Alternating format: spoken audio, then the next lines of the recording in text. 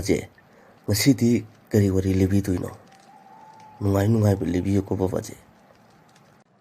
Tomba, ngasidi komedi nataba ama wana lirasi. Mamangai ahansinga libiramba akoida funga wari Ningthou Macha amaga Mantri Macha amaga Lam Koiba chapagi warido. Adu waina ngasidi lirage ko tarona. Babaje, adudi mi mayamna so YouTube ta loina thaga wari wana linagra dudi. Aina mag libu kanda mina yengnagadro. Tomba, nangisina latest oidoini, nangisine na mi yengnadoini. Warido ay lirage nang ta. Lokhulamgi Ningthou Shoraren Machanipa amadi Mahaki Mantri Machanipa Makoyanibu Ningthou Shorarena Luhona Bahairami Ningthou Shorarena Haibawa Macha Aniduna Yarami Macha Aniduna Asumna Hairaki Ipai Bungo Akoi Lam Amuktan Koiruge Aduga Akoi Chana Jaba Buduna Laki Macha Aniduna Haiba Ningthou Shorarena Yarami Makoyani Lam Koiba Lakami Itaw, akoi ni mafam sidagi lam khainarasi. Fazai he mafam se. Mafam sida tusi panbiani tharamsi. Aigi tusi na kanglaba aina awaba taba. Aduga aigi tusi na kanglaba aina awaba taba. Itaw, mafam se hingchabi di yam lay haibani ko. Mantri Macha na hingchabi ki wahai haibada ngahak ngaktuna lay Ningthou Macha do. Ningthou Macha na lauragi aisi Ningthou Macha ni ipai bungoi wasak ngaktuna laim amadi soidana pudana lakani. Macha ki wahai duda Mantri Macha do nokphet toroga leiragadi jangai. Makoyani lambi tokhai nakhre. Ningthou Macha su lambi amada, Mantri Macha su lambi amada. Mantri Macha na sum lakpada shurung ama urami mahakna. Shurung adu yenglaga mahakna asumna hairagi. Aish, taibang miwai budi leiroise. Kanamak tadi lay.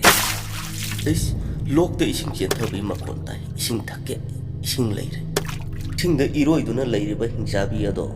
Mantri Macha aduna lokhulam gi leimo oina puningki magi wakhanda khanki. Ising da iroi sidi leima ningonena. Ngasidi ipai bungo gi wasak ngaklagi lokhulam gi leimo oina puragi mahagase. Numangam da sangsilapado. Aki akang pauki mahak khanki. Sai iroi ridudi achampam nupidi oira maroise. Aigi itaw Mantri Macha dubu mafam kaidubu pantum khraba. Mabu awapunda takraba jala. Mi oran yaraba, sha oran yaraba ising. Hingchabi aduna khonjen hauna laubada Mantri Macha na lomlaga yi. Hingchabi aduna yong ulhalaga nupi macha amabu thamnami. Nupi macha adu Mantri Macha na urbu matamda mahakna lokhulam gi leima oina puninglamki. Hingchabi na sizinaramba mi ulhange yaraba sa ulhange yaraba ising ado Mantri Macha aduna puduna shurungda changlami. Yongdang mi olo. Mantri Macha na asumna hairami. Ibema nang kaimta pakatkanu nangi ima hingchabi duna sizinaramba isingdo aina khangduna nangche yong ulambadai mi ulalabani. Mantri Macha do mana shurungda changlubada nupi macha duna lairamba mawangdo ningsing lairami. Nupi macha duna asumna hairagi nahak kanano nahak achamba midi mande. Hoi, ai Mantri Macha ni nangbo aina mafam sidagi soidana pugani. Nupi macha duna nang chakro aina tareba awabasi nangwandasu soidana tadare aigi ima hingchabi laade nang soidana chabirani.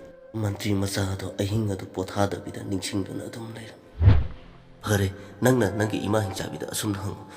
Hayang imana laikidaba thoodi nachadi kanaga leihogani haina wahang asi nangi namada hangu.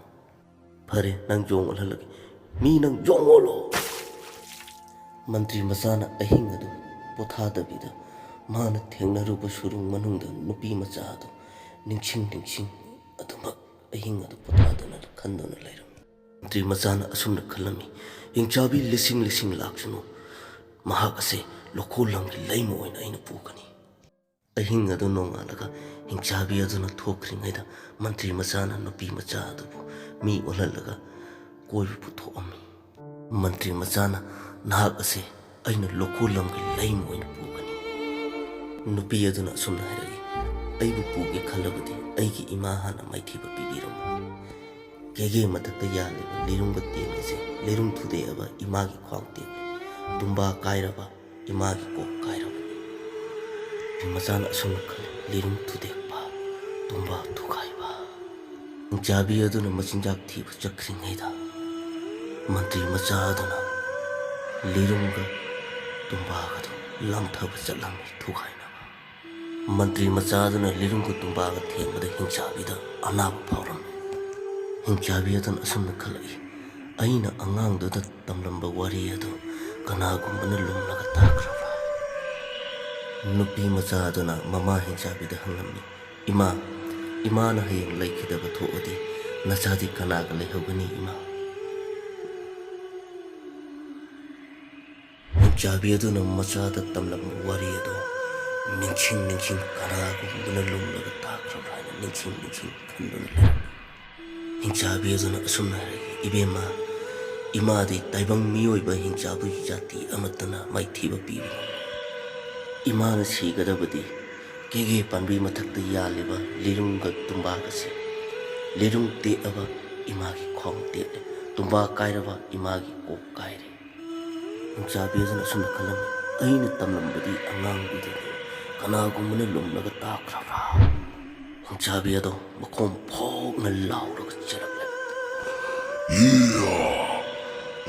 taibang miyoiba leirung sidi shet naga charage kangani dong sidi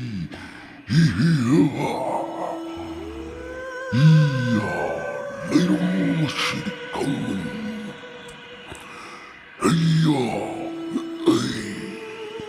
Mantri Macha aduna changthilakanu hinjabi na thawai mangjani Mantri Macha ga nupi macha ga lirungga tumbaga manakta lahibdagi hinjabi aduna asumna moithem tor Imagi bima nangu bisa pikirnedagi imana chawnabu yolakpani imagi tampakta chawrakpani imagi bima nangna ima tawrisi karino Mantri Machana nata tawnu hinjabi hojikti ai leiri nangi na thawai lawgani aina hinjabi hangli nangak chet ka taibang miyoiba Macha aduna chongkhalga mana parib saidam tumba adu thakana thugai Imagi ibema imagi punchi loire imagi ibema Babaji nangi wari sidi khunwai ma hoi aisung sai Babaji na ahan haiba kanda mi yeng na roidran khanne simdi pan yeng na ni Babaji yam nungai ha aina haidro sai na ai gi sna latest oigadaba wari ne na pare